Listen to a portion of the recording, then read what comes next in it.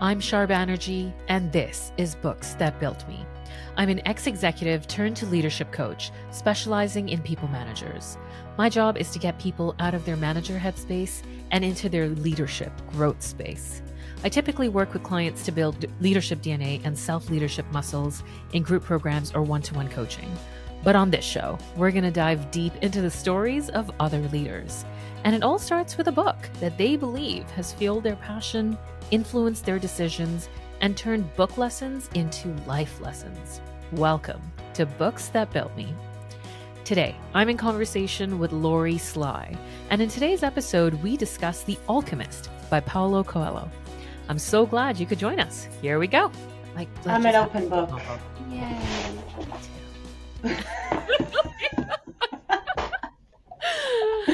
Okay, cool. I'm going to kick it off.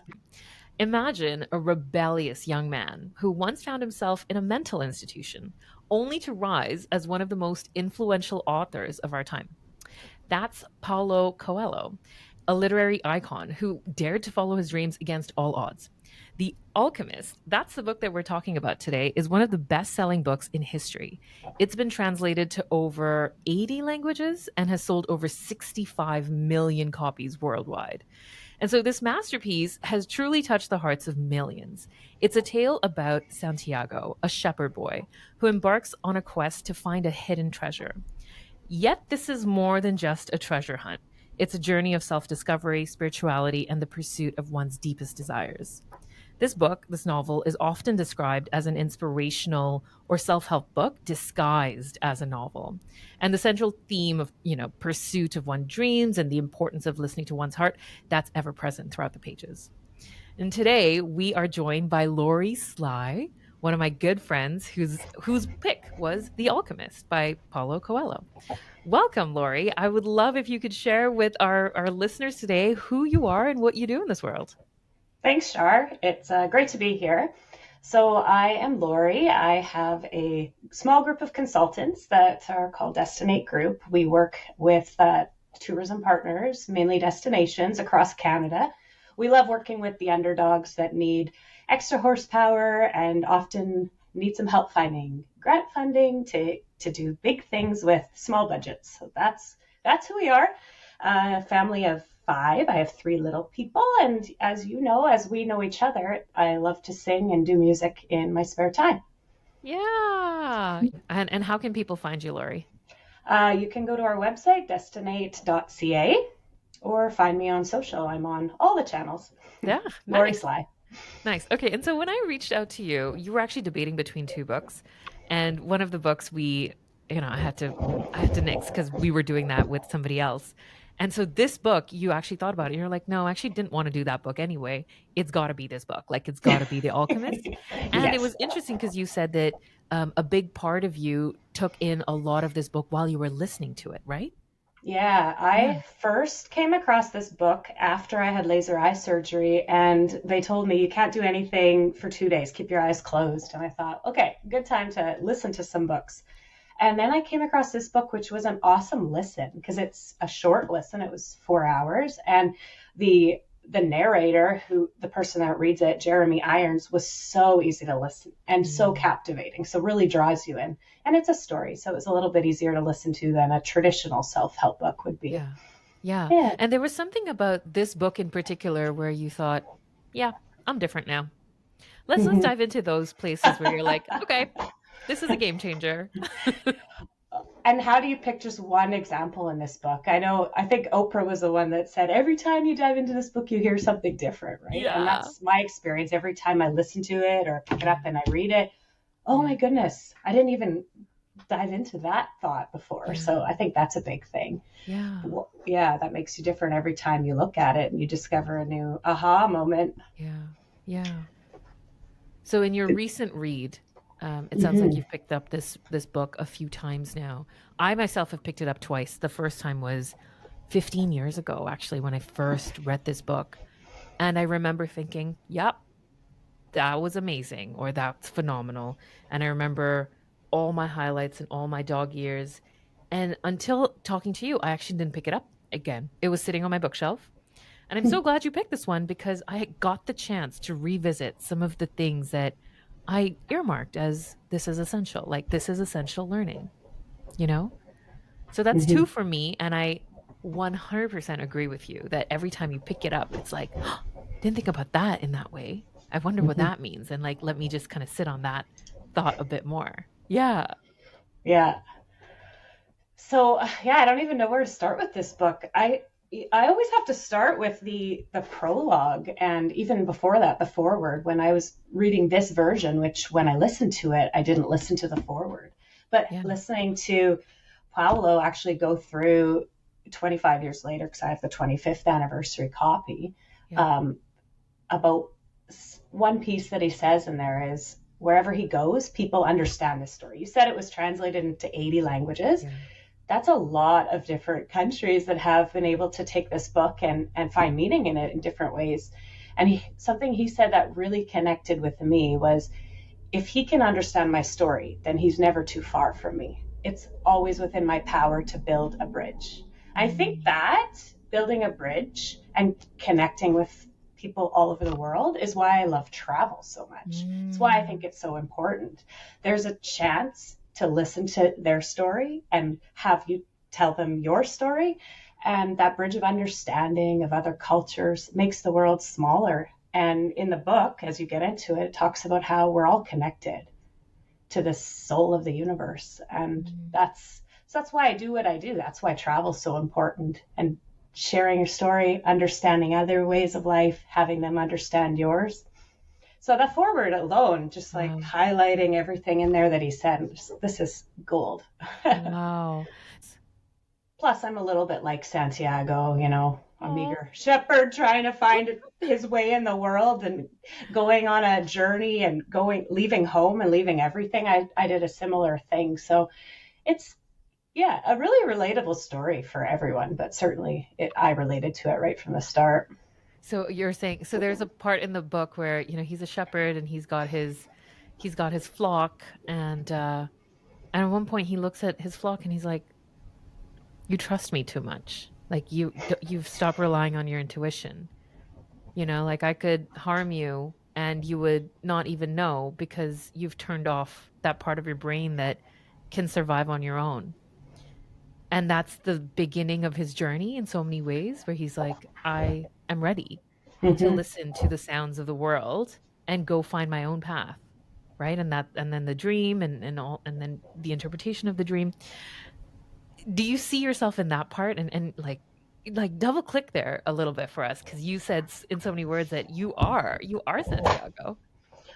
I think we all are. Isn't that why it's written Mm, like that? mm, So, for me though, I used to live in the prairies. My home is Saskatoon, and then when my husband's a pilot, so we've kind of naturally became nomads. I've lived in over 12 cities and towns across 4 provinces of Canada. And when we had the opportunity to move for my husband's job, I had a great job and a great gig, and people would have arguably said, she's already found her personal legend. She's got it. But for me, it wasn't, and something was missing. And take that big chance, and you move across. For me, it was across Canada, but we knew nobody. It was starting all over when we moved to the Toronto area. So now we're in Grimsby, and that was quite scary. And that's kind of like mm, Santiago. He had a good thing going. He was being shepherd. He did it really well. He said he knew everything about shepherding. That's kind of my life. And gives up everything and starts a new path. And that's certainly what I did. And then starting a new business. I always ran other people's businesses, not my own. And that was pretty scary. But there's a lot about fear in this book too. yeah. And if you address your fear head on, yeah, it's pretty amazing what you can do. Um, I yeah. okay, two things. I just have to say it. There's a part in what you said about I'm going to leave everything and go to a brand new place, and that's literally with geography and then with what you did with your career. Hmm. And there's a part in the story where he goes and tells his dad, "Dad, I'm ready to go search the world. Like this is what I want to do. Shepherding is what I know, but I want to do something that I don't know." And his dad listens, kind of wants to keep him safe. But and then I think the next day he comes back and he says, "Here's some gold." And there's a part in the book that talks about something in his eye, like a glimmer in his eye, of there was a dream of him wanting to do that too, which he then now sees in his son, and therefore is like, with some fear in his heart saying, you will come back, but go figure it out. And as you were speaking, I was wondering if that part of it also was resonant with you, which is that you're doing something that you've never done before. Did you have people around you with that same glimmer in their eye to say, there's a version of me that wanted to do that. And I see that version of me in you right now. And I support that. Absolutely. Yeah, looking at it as a parent now, it's a very different perspective too, but certainly my parent. And thinking about it as when you're a child, and he speaks to it in the book about when people are young, they know their personal legends. They're crystal clear. But as we get older, that light starts to dim, and we don't always see those personal legends as strong as when we're little. So it's those people that raised us, it's our parents and our loved ones that probably know what that was and still could be. And so when I gave up everything, my mom was so supportive, and it did mean me leaving her, but it certainly was, of course you're going to do this. You have to go and find your destiny. In the book, it's always the personal legend, which I found an enchanting way of saying what you're supposed to do in your life. Yeah. Going in on your quest to find your own personal legend. And we all have one. He acknowledges that in the book. And I think that piece that resonated with me was, if you are full of enthusiasm, then you know you're out there seeking your personal legend. It's when you have complacency and you're not excited and filled with joy about what you're doing that maybe you've lost your way and that personal legend is beginning to dim. So that was pretty impactful too. Mm. You even touched on fear. And since we're talking about, he calls on this quote from Oscar Wilde saying that every man kills the thing he loves. And the mere possibility that what we want fills the soul of the ordinary person with guilt. And we look around at all of those who have failed to get what they want and feel that we too don't deserve to get what we want either. So that was just, and this was just the introduction of the four things that we have to overcome. It's not just having the dream, it's overcoming just like the visual of the dream, then it's overcoming the love that holds us back, then it's overcoming the fear of what if, and then it's overcoming just that guilt of, I'm going to get everything that I want in my life. Isn't that crazy? Mm-hmm. It's brilliant, really. Yeah. Yeah. Yeah, Yeah. fears are a real part of the journey for sure, and they definitely hold you back. Yeah. But I don't know. I mean, it's the one thing that makes us not try, is that Yeah. fear of failure. Certainly for me, the years of dreaming about owning a business and Yeah. the fears that hold you back from doing that are very real, and you just have to do it anyways. And for me, the support of my family to go and try was probably the push. I don't know if it was internal so much as their love and support, which is great. We lift each other up. I think he Yeah. speaks to that in the book too, right? It says Yeah. when we love, we always strive to become better than we are. Mm. I think and Hmm. then you're lifting other people up with you, because Hmm. that's what self-improvement's about. And I agree with you that this is a self-help book, but I think in the prologue, he's challenging the idea that this is just a self-help book. And I think Yeah. that's what really caught me right at the beginning. Because do you recall the story in the prologue? It's a couple Tell, pages, and tell he us. Yeah. talks. He speaks of the cautionary tale of this gentleman, Narcissus, being too focused on himself. He goes to the lake, gazes into the lake, and looks at how wonderful he is, Mm-hmm. and then ends up falling into the lake and drowning because he's so busy looking at his own reflection. And then, ironically, the lake misses him so much, the lake gets filled with salty tears because the lake misses this. But really, it was just the lake looking in his eyes at itself. So, really, the story is we're all so self focused. Even the Yeah. lake was more focused on itself than it was on the person that fell and drowned in the lake. And that to me was a bit of a cautionary tale about focusing too much on the self in a Yeah. self in the self-help sense. Yeah. And that's where that piece about becoming better and lifting up those around you Yeah. and looking more holistically at the connection that we have to other people. Hmm. So I think that's really neat. And so, although it is a self help book and it looks a lot and asks a lot of questions about the meaning of life, I think the biggest aha moment at the end, which won't give away too much, is that everything's connected. We're, yeah. And so Yeah. it's not just about us, it's about our role in the soul of the world, in the soul of the universe, and what our destiny is. And we all have a personal legend, but it's all connected. So that was pretty impactful. Okay, I know you said that you don't want to give away the ending, but I do want to talk about it. I do want to Okay, talk about it. okay. Let's just do it, right? I mean, this is such a gorgeous story. And so let's go there. I think, by the way, just to double click on this fear thing, Yeah. he was at no point fearful. In fact, I think I saw fear come up through some of the characters around him. Mm. Like that merchant, the crystal merchant, the person Mm-hmm. who employed him for a year. They both got Mm-hmm. rich together, and he often talked about a journey that he wanted to take. Yeah. And at one point he even says, "The dream of it is so sweet. I'm too scared that it will be filled with disappointment." Mm-hmm. And then when they part ways, he even says to him, "You know that I'm not going to take this journey." Right? And Mm-hmm. Santiago, at no point is he thinking about fear, but it's so interesting that you see fear through the characters that he meets. Mm-hmm. But let's go to the end. The end is also so interesting for me, and I want to know what you thought um of how it ended. Yeah. Yeah. Of of him finding the treasure, that piece of the ending, the very, very last couple pages there where In his yeah, own backyard yes, where he exactly. started the initial quest. What does that Yeah. mean to you? Oh, it's a bit Yeah. ironic, isn't it? I mean, he ends up finding his treasure at home. Yeah. And but I think the treasure was a lot of the times is the journey, isn't it? Yeah. Because if he knew it was in his own backyard, he would have never had the journey. He would have never learned.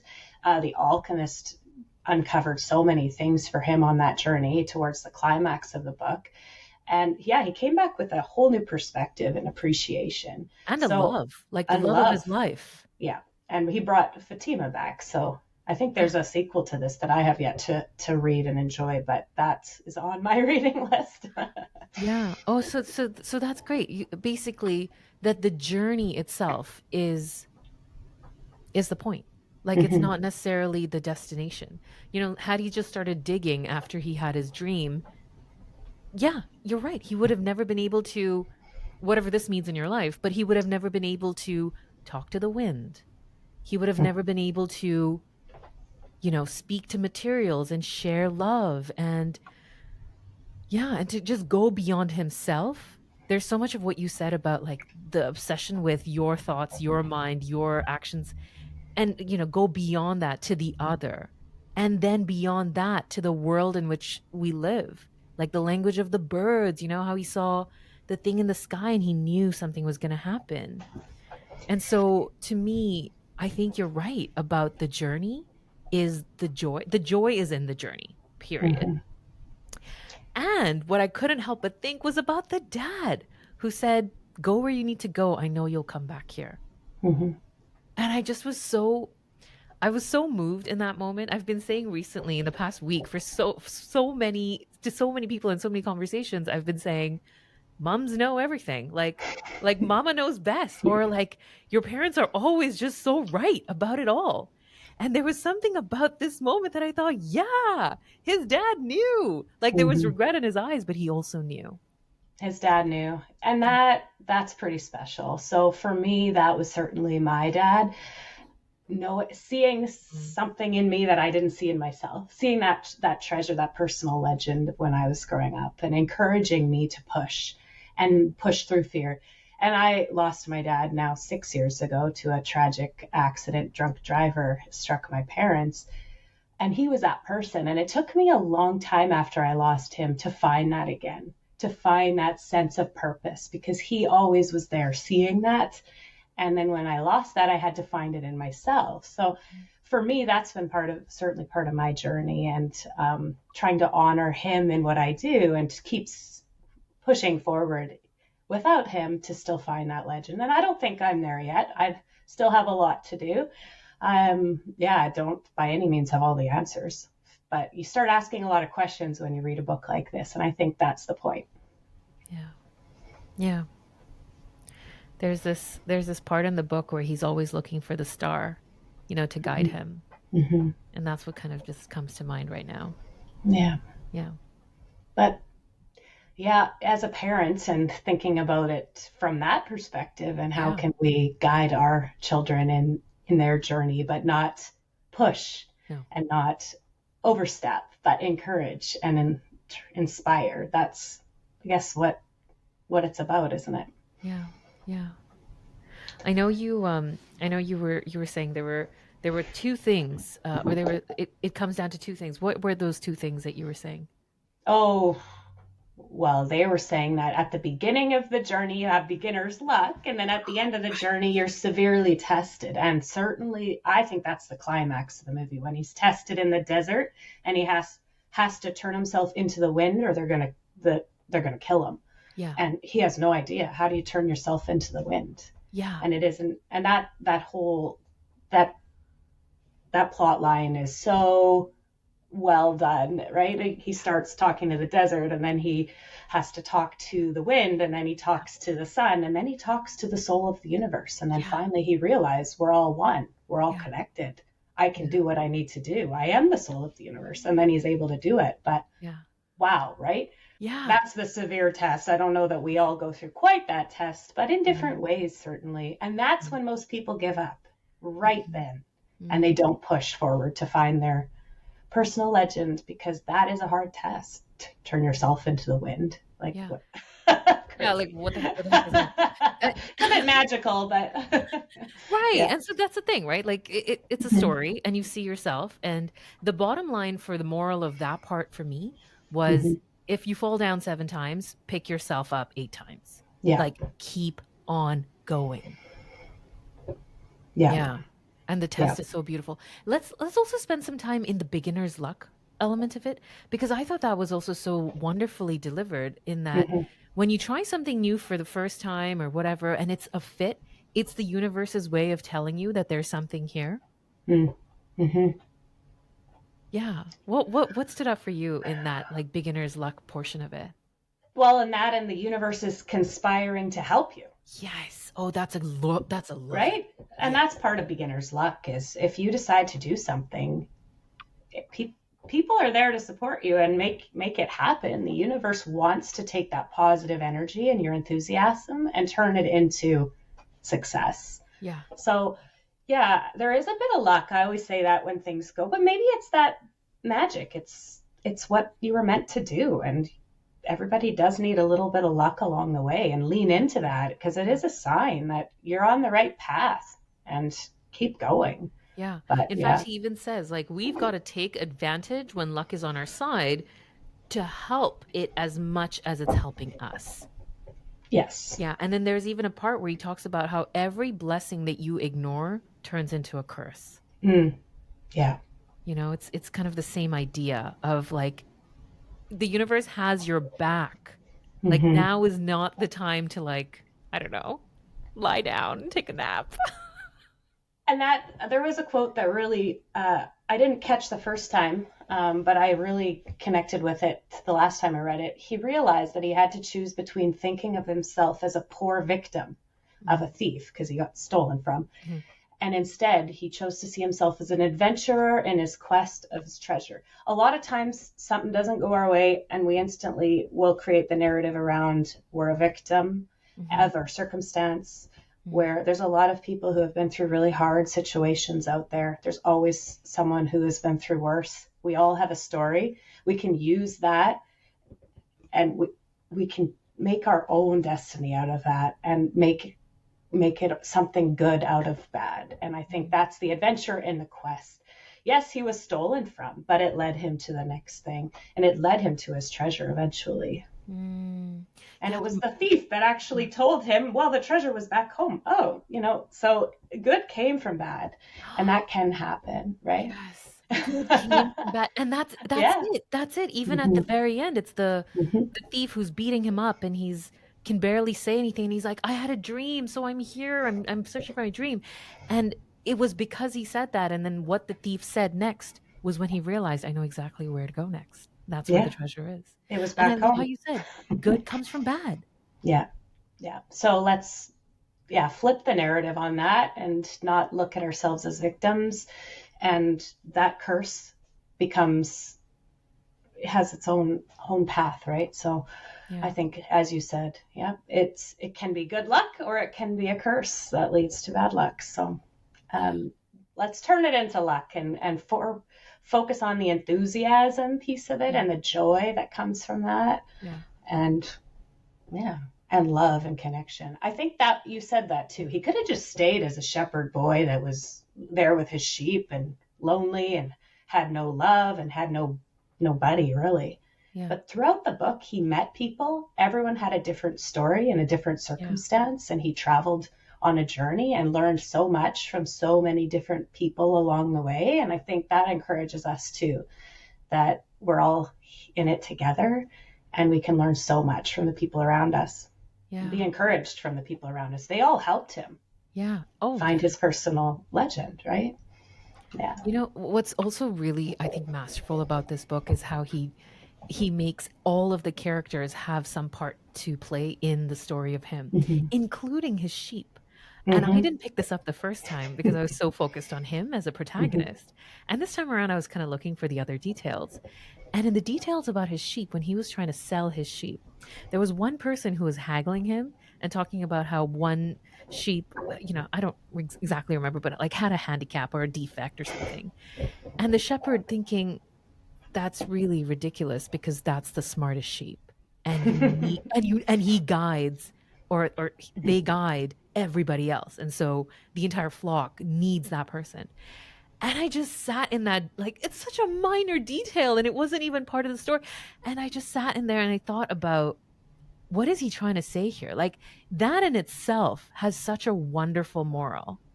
And Mm-hmm. this book is so filled with so much wisdom that's just kind of like a toss, a Oh, toss. yeah. Yeah, that you can just Hundreds kind and of skim it. hundreds of Yeah, quotes. yeah. Hundreds of quotes. Mm, Yeah, I think that from that regard, it just makes me think of that one that says, no matter what he does, every person on earth plays a central role in the history of the world. yeah, And normally he doesn't know it. So even that sheep that someone wrote off and thought mm, I should get a discount, that sheep had a purpose. And we all have our own personal legend and we play a central role in history of the world. So yeah, yeah, yeah. don't look anyone over for that. Mm, And our only real obligation is to figure out our destiny. That's easier mm, said than done, right? Like, oh my yeah. goodness, what's our destiny? I think it takes a lifetime to figure that out, but that's okay. The As long pursuit as, of it is the yeah, point of this book, right? The pursuit yeah, of it is the point of this book. yeah, And you said something about don't overlook anyone. I'd also add, like, don't overlook anything. anything. Yeah. I mean, sheep are the dog Clouds. under the chain to the desk right now. My dog that's yeah. Yeah. We Yeah. all have a role to play. I mean, he talks about a grain of sand having a role to Yeah. play, right? As things as small as a grain of sand or a metal. And it's Yeah. pretty neat to think of the world so much more holistically and how we're all connected to that world. And Yeah. even how humans are in the desert and then eventually become part of the desert again. Yeah, it's Yeah. really interesting how he speaks about the Yeah. circle of life, right? Yeah. And then there's a role, the okay, you know what? Let's actually talk about the title of the book. Because it's Mm-hmm. not titled Santiago. It's No. titled The Alchemist. What do you make of Yes. that? Because the alchemist is a character that shows up three-quarters of the Mm-hmm. way into the book. He doesn't show up to the person who's looking for the alchemist, right? He's not showing up to the No. the person who is very clearly on a pursuit for the man that can turn metal into gold. He doesn't show up to him. He shows up to the shepherd. And the book Mm-hmm. is titled The Alchemist. What do you make of that? I was thinking about that today too, and I don't know. There's probably books written about that, but whether or not it's the alchemist comes into the book at the climax when he's really figuring out um, the meaning of life, his personal legend, why we're all here, what the soul of the universe looks like. So maybe it's due to that the alchemist is really who sheds the light on that. Also, though, I wonder, does Santiago not become an alchemist himself when He he's does. able to turn himself Yeah. into the wind? Is that why it maybe is called the Alchemist? I don't know. Smarter minds He than me is. might have an idea on He that one. is. He is Yeah. the alchemist. Yeah. So we all Yeah. are, I mean, the alchemist of our own lives at the end of the day. Maybe that's it, but he figures it out at the towards the end how Yeah. to become his own alchemist, and maybe that's why it's titled that. I thought about that question too. Yeah. Yeah, be Yeah. interested to see what your listeners think on that. Yeah, that's a curious one, right? Because before they part ways, the alchemist actually does a little bit of magic. They go to a Hmm. kitchen, put he turns lead into gold with something, there's some chemistry Yeah, there. And yeah, he sees it all, and then it's like this big chunk of gold that he breaks into four pieces. He gives one to somebody else, he gives one to the shepherd, and then he keeps one quarter for himself. But then he stores a quarter for the shepherd because he knows that he's going to need it. Like he has because that he gets insight to say robbed. It has because nothing. yeah, I yeah, know, and he knew he he needed knew. that last bit just to get Yeah, home after, yeah, because he ended up not finding anything at yeah, the pyramids, but yeah, had to get home somehow with no yeah, money left. Yeah. yeah. And I loved his reasoning. He says when something happens to you once, it's misfortune and no big deal. But if something bad happens to you twice, it's very likely to happen again. So you might as well prepare for that. And I just thought, oh my God, even the lesson in that, right? Oh, Like yeah. that your habits keep you in a place. And so the next time you can protect yourself from something bad happening, Hmm. because it's very likely to happen again, how do you think about living in that Hmm. way? Oh, so genius. Well, and that's part of his comment on how you learn through action, right? So if it's happened once, you learn. He doesn't speak really kindly to learning in a classroom. I have 2 degrees, so that's me saying that pot calling the kettle black, I guess. But Yeah. the only way to learn is to go through your journey and put your work into action. You can study and read and listen all you want, but until you go and you get brave and you take that step, you're not going to learn. Yeah. And hopefully you do learn and don't make that same mistake over and over and over. But Yeah. failure is part of the process of learning too. So yeah, Yeah. I really liked that thought that we have to just be brave and start taking that first step. Uh, I guess he doesn't sell the sheep right away. He loses his sheep on the journey, but he goes from being a shepherd and gives that up and takes action to try to find Yeah. that personal legend. He really had a lot of hope and faith that he would get somewhere when he started. Learned a Yeah. lot in the process and ends up right back home. So quite a neat story. I call it a parable. I mean, Mm. it's a good thought provoking story. I had a black world. I had my eyes closed and I had 4 hours of just mesmerizing thought right when I first listened to it, and it was moving, Yeah. but it was also coming to me at a time when my ears were open, my Yeah. eyes were closed.